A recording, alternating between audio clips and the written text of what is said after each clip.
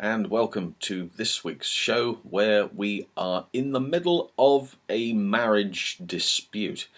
It's Mr. and Mrs. Smith, not that Mr. and Mrs. Smith, the other Mr. and Mrs. Smith from 2005. Brad and Angelina in a really serious action-packed romp, really. I think there's no other word to describe it. Through some terrific action set pieces. Doug Liman is the director. He did one of the Bourne pictures, of course, Identity, I think it was. And it's got a very exciting stunt team with it as well, headed, of course, by second unit director and initial stunt coordinator Simon Crane. There is some great behind-the-scenes footage on YouTube if you want to check that out and see him at work creating some of the scenes that you see in the picture. There's a couple of other... Mick Rogers is also one of the coordinators on the picture, as is Tim Treller. So there's an awful lot to do, a lot of work going on, and it really relies on the two major doubles in the picture. Now, Brad is doubled by David Leitch. David Leitch, extraordinary stuntman, doubled some of this picture, doubled him on a number of pictures, in point of fact, throughout his career. But many people will remember him, David Leitch, or will recognise the name because he's the guy who directed Atomic Blonde, Deadpool 2, Bullet Train, which is due out with Brad very soon this year, in fact. So he's an A1 director at the present time, and a very nice guy too. I've been very lucky to have spoken to him on a couple of occasions. He's a lovely fella, and really does put the work in here, as you'll see. Angelina is doubled by Eunice Huthart. And Eunice, for those people who don't know, particularly in the UK, she won Gladiators.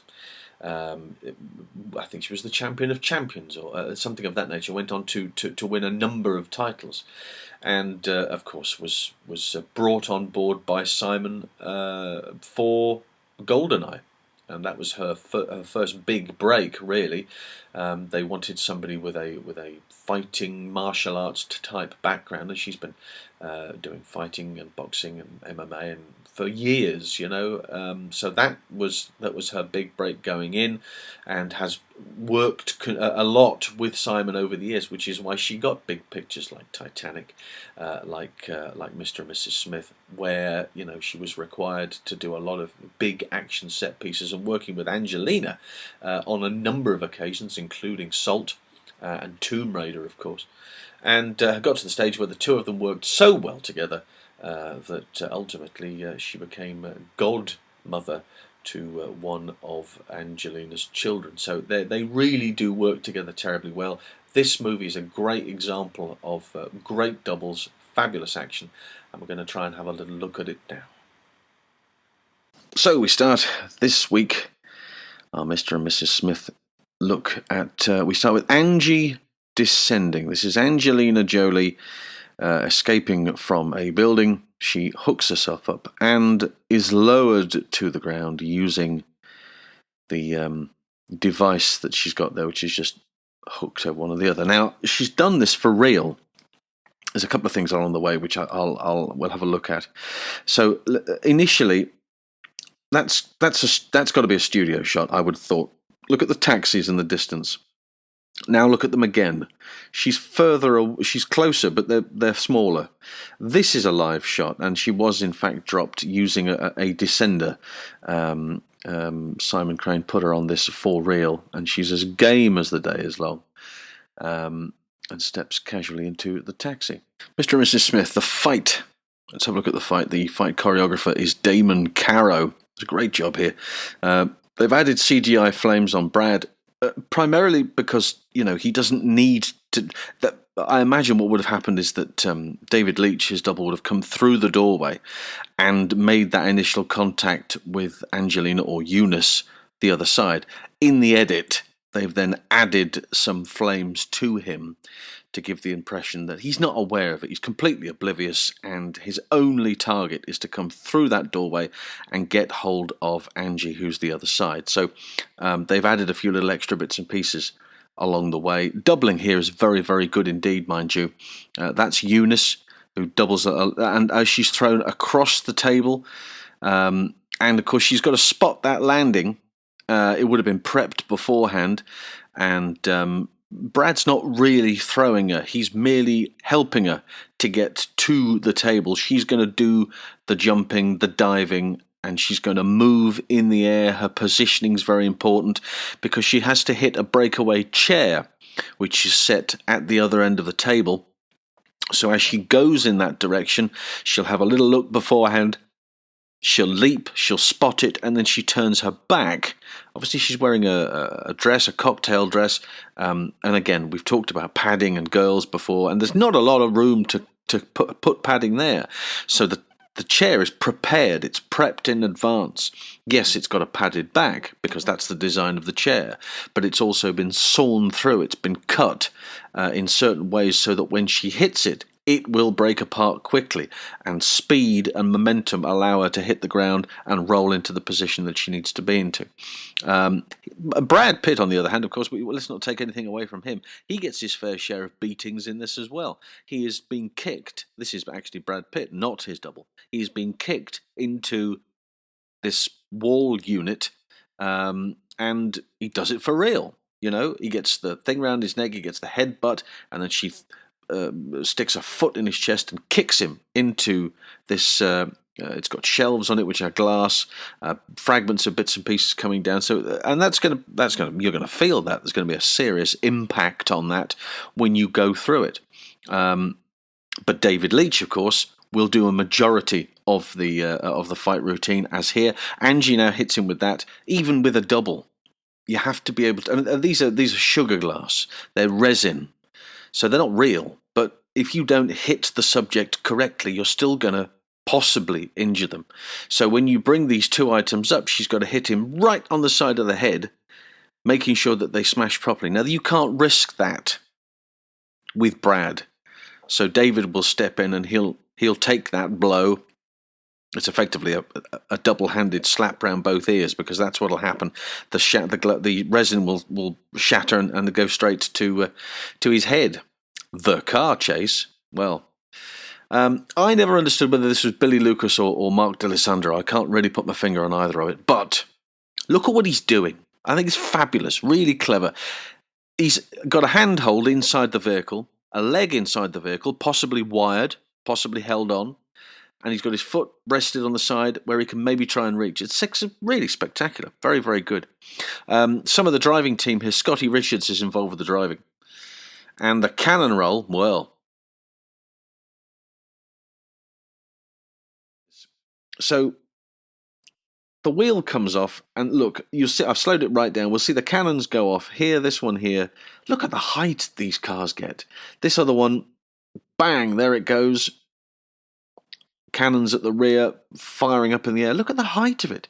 And you've got this car in foreground, which is reversing its speed, and it has to be reversing its speed, and it has to be keeping pretty straight, because it doesn't want to get caught up by anything. Look at the height of that thing. That's like 10, 15, nearly 20 feet in the air. That's extraordinary.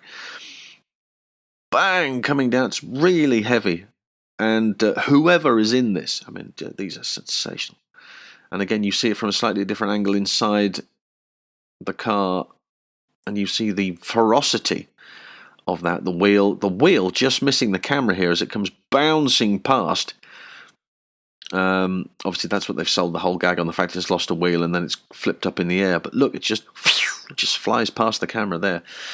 Absolutely extraordinary from start to finish, and really a huge celebration of action. There's nothing quite as extraordinary as watching cars turn over. And then, of course, the J turn right out and away, and that's absolutely first class. So there we are. I hope you enjoyed that, our little look at Mr. and Mrs. Smith. And if you haven't seen it, I mean, genuinely, I hadn't seen it for Ooh, a long time. Probably when it came out. I saw it at the pictures. I saw it at the cinema. The pictures, the flicks, as we used to call it in our family. I saw it when it came out, and I hadn't seen it until about 6 weeks ago, when I was considering. I'd shortlisted a couple of films, and I thought that would be good to do, and so I had a look at it, and it's really great fun. The two of them have enormous chemistry on screen. Obviously now it's a bit different, I appreciate. However, very, very good. Well worth a look if you haven't seen it. Next week, next week is something that's been in the works for quite some time, and it is the start of a trilogy. I will be doing all three films, but not 1 week after the next. So you are going to get one film, and then there'll be a break for a while, and then you'll get another movie. However, it is time that we had a look and explored a movie that has inspired many stunt performers over the years. There are names in the movie on the stunt team that are legends, and the term, again, you used legend is very, very overused these days, but there are individuals in this picture who are rightly referred to as legends. They have inspired many. And on the strength of that, I think it's important that there will be, we'll have a look at it and break some of the stuff down so you can see what's going on. I refer, of course, to the first Indiana Jones adventure, that is Raiders of the Lost Ark. Yes, I said trilogy. I know that there are people already out there jumping up and down, tearing out what hair they have left, because they're going, John, it's 4 movies and a 5th in production, or finished production. Yeah, okay. But for people of a certain age, and I'm one of them, it's a trilogy. There's 3 movies in this thing, and I'm going to be looking at the trilogy. At later stages, maybe we'll move on to the others, but let's do this first. So Raiders of the Lost Ark next week. Do not miss that. It will be huge fun, and there's lots to see and do. If you haven't already subscribed to the YouTube channel, go on. What's the worst that could happen? I'm only going to turn up every week. I mean, it's all great fun, and I'll try and share as much great stuff as I possibly can. There's many videos on there that you may not have already seen. Go and check them out. Explore the back catalogue.